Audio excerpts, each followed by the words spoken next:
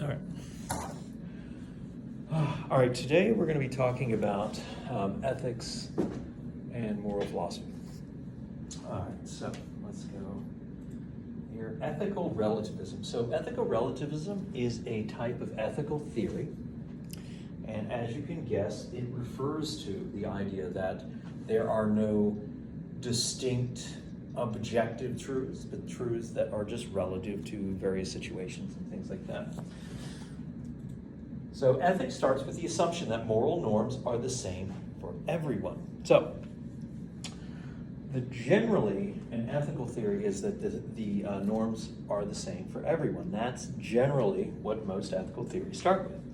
Ethical relativism challenges this view and says it's not the same for everyone. Now, moral objectivism. All right, so moral objectivism is the view that they are the same for everyone, regardless. This is moral objectivism. So while ethics starts with the moral assumption that moral norms are the same for everyone, moral objectivism suggests that moral value standards are objective. They're not subjective. If I think that stepping on someone's toes is wrong, and everyone else thinks that it is wrong, then it is objectively true. It's not just based on what I think is true. It's based on what everyone thinks is true. It's something objectively true, not just for me, but for everyone that is a moral agent. Moral absolutism. Now, moral absolutism takes this perspective and goes a step further. So objective moral standards or values allow for no exceptions and must be applied the same in all cases. So if I think that stepping on someone's toes is the wrong thing to do and everyone agrees, therefore, in all cases, stepping on someone's toe is the wrong thing to do, even if by doing so, you may stop them or prevent them from hurting someone else. It's still wrong. So moral absolutism suggests that any act that we see as being right or wrong is always right or wrong, with no exceptions. All right? That's moral absolutism. Now, going to ethical relativism. Moral standards are not objective. And that's what we were just talking about a moment ago. They're not objective, rather, they're relative to what individuals or cultures believe. So, and we'll talk a little bit about the difference between individual relativism and cultural relativism. So, these are relative to what individuals or cultures believe. So let's start with subjective relativism. Now, subjective relativism is going to relate to the individual. This is not relating to an entire culture, but this is relating to one individual and what an individual thinks is right or wrong for themselves. A form of ethical relativism where the moral standard is sanctioned by a person. That individual is the one who says that that is right or wrong, and it's only that person. Each person has their own set of standards, and those standards are what determine what's right or wrong for that person. This is subjective relativism. Cultural relativism. In contrast, cultural relativism teaches that what is right or wrong is based on a particular culture.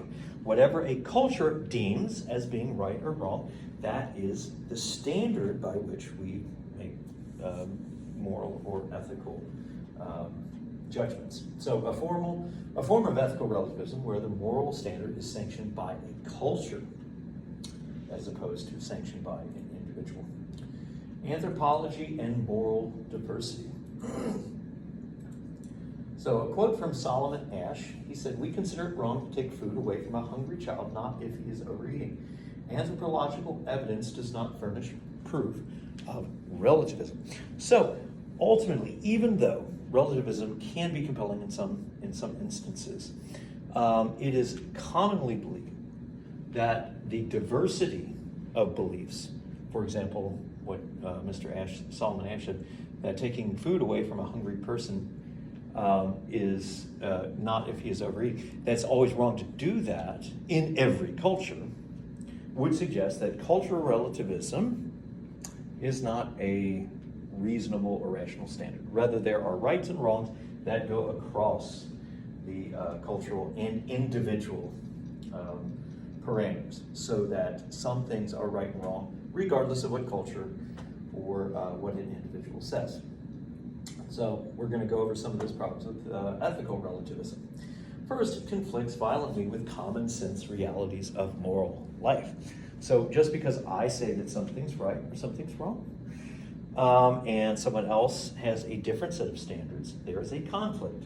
So how do we resolve this conflict? Well, we have to come to some rational agreement, and we usually do that based on a group of people. So this goes immediately against the idea that what's right for me is not right for you. There can be no moral disagreement. So since there are disagreements, it makes sense that ethical relativism doesn't seem to be a tenable or rational position to hold. And whether one should allow an impaired infant to die or preserve its life. So, and we won't really go into that, but that's just an example. Is cultural relativism more plausible? Well, possibly. If people's moral standards differ from various cultures, then moral norms are relative to culture. Moral standards do differ from various cultures, therefore moral norms are relative to culture. Is this sound? Well, it does sound. So there are certain aspects of cultures where certain customs are seen as being right or wrong for that particular culture. But there are moral norms which transcend certain cultural norms. So there is some soundness to the idea that there is some cultural relativism, that there are certain things that are right or wrong for certain cultures. For example, in one culture it might be appropriate to dress a certain way, in another culture it may be appropriate to wear a suit and tie. So in those instances, these are completely tenable, completely reasonable.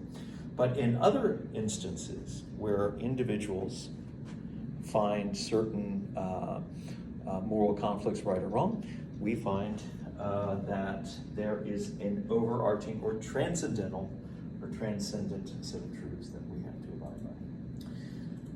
All right, let's go here. Moral norm is something found in nature and society is observed through metaethics. A moral standard or principle is an attempt by moral reasoning to express the norm explicitly in law, language, etc. So moral norms are not the same as moral standards. Moral norms are things that we observe in nature. Moral standards are the agreements we come to based on the moral norms that we observe. A moral norm is when you observe people behaving in a certain way, and they have a tendency to treat others in a specific way. That is a moral norm. The standards we come up with reflect those moral norms. A moral norm might be we observe most people find that if you treat them unfairly, then they see that as a moral duty to be treated fairly. So we come up with the moral principle that you should treat people fairly and with justice. Another problem with ethical relativism, it can not or has trouble explaining the moral status of social reformers.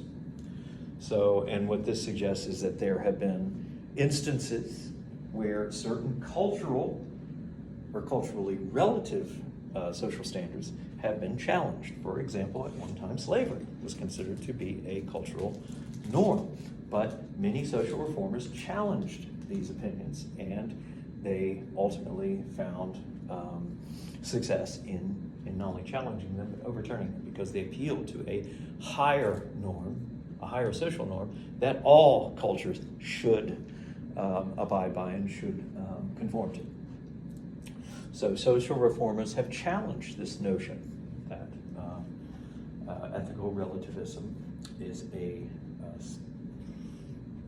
a tenable perspective to hold in ethical theory. So that's all we're going to have for this lecture, and we'll go ahead and go to the next lecture.